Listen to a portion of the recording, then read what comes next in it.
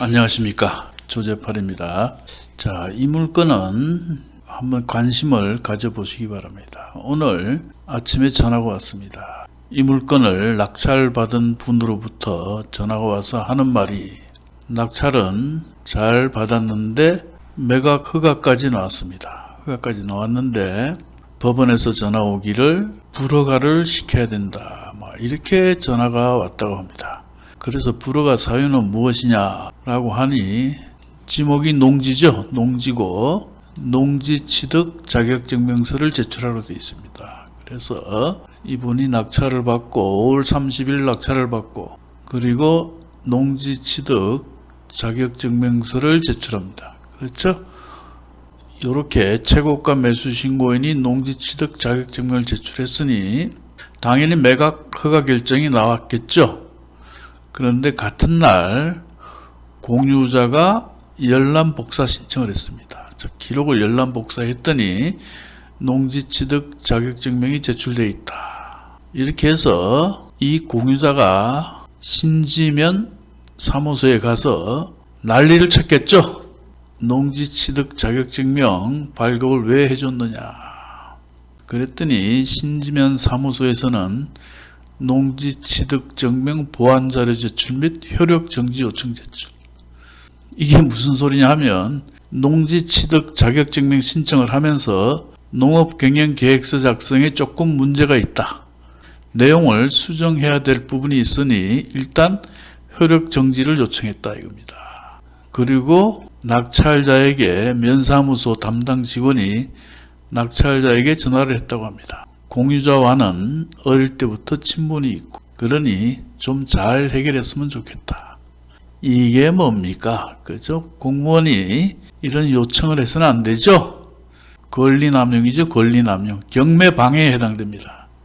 낙찰자와 공유자 간의 문제를 왜 면사무소 직원이 참견을 하느냐. 그리고 또 6월 10일 그럼에도 매각 허가 결정이 되었죠. 그러니까 6월 10일 신지면에서 농지 취득 자격증명 취소 예정에 따른 협조 요청. 이게 뭡니까? 농지 취득 자격증명 발급을 취소할 예정이니 협조 요청한다.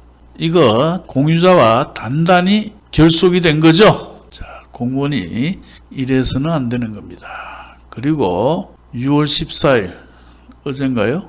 신지면에서 농지 취득 자격증명 직권 취소 통보 제출. 요 취소 통보에 따라서 같은 날 공유자가 매각 허가 결정에 대한 이의 신청 제출. 이건 짜고 치는 고스톱이죠. 그래서 직권 취소한 내용이 뭐냐 이렇게 알아봤답니다. 그랬더니 그분의 말씀이 영농 거리를 잘못 썼다고 합니다. 실제로는 300km인데 60km로 썼다. 이게 뭡니까 이게? 농업 경영 계획서는 말 그대로 계획서 아닙니까? 거기에 몇 킬로가 됐든 무슨 상관이 있냐 이거. 그래서 제가 만약 불허가가 되면 불허가 결정에 대한 이의를 하라 항고를 해서 다시 한번 다퉈보고, 그리고 면사무소 면장을 상대로 행정소송을 제기해라. 농지 취득 자격증명을 발급 안 해줄 이유가 없다는 겁니다. 그래서 낙찰자는 화딱지가 나서 담당 공무원을 형사고발했답니다. 그 당시 담당 공무원과 통화한 녹음까지 있다고 합니다. 권리남용이죠. 권리남용. 담당 공무원이 공유자와 짜고 기존에 발급했던 농지 취득 자격증명을 취소를 한다. 말이 안 되죠. 자, 여러분들 중에 낙찰을 받으면 취득 목적은 주말 체험 영농으로 하시고 원상 복구 계획서를 써내서 농지 취득 자격증명을 발급받으면 됩니다. 또 오늘 전화 온 그분의 말씀에 의하면 여기가 조개구이집을 하고 있다 그럽니다. 그런데 평당, 자 위성지도 한번 볼까요? 자, 여기 바다 앞 땅인데 평당 100만원에도 나온 물건이 없다고 합니다. 나오는 족족 팔린다고 합니다. 그러나 그 말을 액면 그대로 믿기는 어렵죠. 이 땅이 평당 100만 원이라면 1억 4천인데 1억 4천짜리 2,800밖에 안 썼겠습니까? 더 썼겠죠. 그러나 뭐 그분이 약간 뻥튀기를 했다 하더라도 뭐 평당 50만 원 정도는 되지 않을까. 아마 이 물건은 매각 불허가 되고 다음 달에 다시 경매가 나올 것으로 예상됩니다. 여러분들 중에 농지 취득 자격 증명을 발급받아본 경험이 있거나 받을 수 있는 자신이 있는 분들은 입찰해 보시기 바랍니다. 자, 그런데 이 물건이 공유 물건이죠. 그럼 공유자가 왜 공유자 우선 매수를 안 했느냐? 일단 가격이 더 떨어지면 하려고 그랬다. 그리고 이제 누군가 낙찰을 받아갔으나 농지 취득 자격증명 발급이 어려울 것이다. 뭐 이렇게 예상을 했다고 합니다. 그래서 공유자 우선 매수를 안 했다고 합니다. 자, 이쯤 되면 다음 기일에 공유자 우선 매수 들어올 확률이 높죠. 그러나 간혹 이런 게 있습니다. 우리가 노름을 할 때, 카드를 칠 때 뻥카라는 거 있죠. 뻥카. 다른 말로 왼손을 쓴다. 즉 자기의 패는 안 좋지만 크게 배팅을 해서 상대방을 죽여서 내가 판돈을 가져오는 거죠. 타짜 영화를 보면 마지막 부분에 그런 게 나오죠. 쫄리면 뒤지시던지. 쫄리면 뒤지시든지. 자, 퍽 쓰고 공유자가 금액이 너무 높다 싶으면 안 들어올 수도 있습니다. 채권 금액의 합이 대략 27억입니다.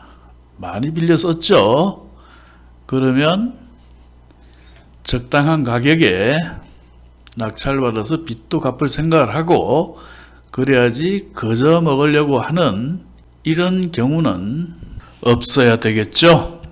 높은 금액 낙찰받고 종결시켜야죠. 싸게 사기 위해서 공유자 우선 매수를 안 하고 또 낙찰이 되니 면사무소와 결탁을 해서 이런 식으로 불허가를 시킨다. 이건 올바르지 않죠? 다음 달에 입찰합니다. 답사를 해보시고 결정하시기 바랍니다. 다시 한번 위성지도 볼까요? 좋죠? 요 땅입니다. 요 조개구이집으로 봅니다. 요런 천막 이런 건 철거 가능하죠. 여기 뭐 컨테이너 박스 비슷한 것도 있습니다. 그리고 바로 바다가 코앞입니다. 아까 오늘 전화 왔던 분이 평당 100만 원이라고 하는데 뭐 어떻게 보면 그 말도 맞는 것 같기도 하고 좀 구라 같기도 하고 그렇습니다. 자 정리를 하자면 이 물건은 농지 취득 자격증명이 관건입니다. 제가 볼 때는 발급받을 수 있다고 봅니다. 그리고 두 번째는 공유자 우선 매수 신고가 들어올 우려도 있다. 그러나 아까 말씀드렸죠. 쫄리면 뒤지시든가. 높게 쓰면 공유자 우선 매수가 안 들어올 수도 있습니다. 이번에 낙찰받은 2,800여만도 비싸서 안 했다고 합니다. 그러니 잘 생각하셔서 결정하시기 바랍니다. 자, 오늘은 여기까지입니다.